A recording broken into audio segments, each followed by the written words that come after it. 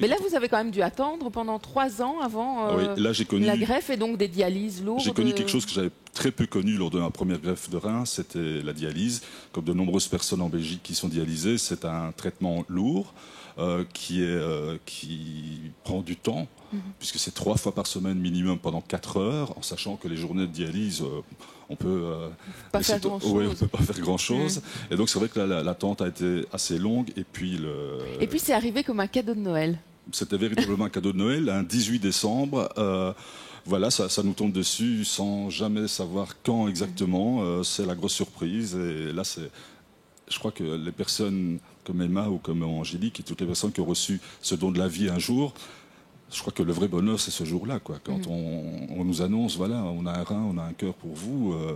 Et là, la vie change complètement. Et c'est vrai qu'en 7 jours, là, on m'appelait Superman au clinique. Mais ils n'avaient jamais vu ça à la clinique. Non. Après 7 jours, je suis sorti, le jour de Noël. Et depuis, c'est véritablement un Rudy version 3.0. Rattraper le temps que vous avez Exactement. passé en C'est vraiment dialyse. ça. C'est rattraper le temps perdu en dialyse. Je me suis dit, voilà, pendant 3 fois par semaine, durant 4 heures, j'ai perdu du temps à l'hôpital. Je vais en profiter. Et je me suis mis simplement au sport. Et c'est vraiment un vrai bonheur de découvrir, même à 45 ans, qu'il y a moyen de faire du sport. Alors, Rudy parle de cette date qui est finalement une seconde naissance. C'est une seconde naissance que vous fêtez tous les ans? Oui, donc j'ai été greffée en avril 2000. Et donc c'est vrai que chaque année, il y a toujours un petit restaurant. Voilà, c'est une deuxième naissance. On revit vraiment.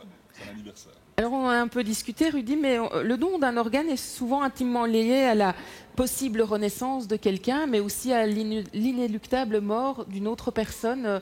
Et c'est quelque chose qui vous interpelle. C'est vrai que je peux comprendre que beaucoup de monde se pose cette question-là. Moi, personnellement, j'ai jamais eu l'impression d'avoir un organe étranger au sein de mon propre corps. Mais c'est vrai, on est conscient que quelque part, c'est une famille qui est en deuil. C'est une famille qui a dû faire un choix qui est peut-être un des choix les plus difficiles qu'ils ont à prendre dans leur vie.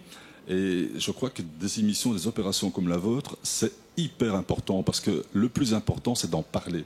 C'est vrai, c'est bien d'aller signer un document à la commune, c'est bien de téléphoner, c'est bien de s'inscrire sur Internet, mais c'est surtout bien d'en parler aux gens qu'on aime, qui, le jour où ils sont confrontés à ce terrible choix, ne sont pas complètement dans ne sont pas complètement paumés, ne sont pas complètement perdus, et peuvent dire c'est vrai, on en avait parlé, elle me l'avait dit, il me l'avait dit, et je pense que le choix à ce moment-là est nettement plus facile à faire et peut-être aide également la famille à surmonter ce terrible drame.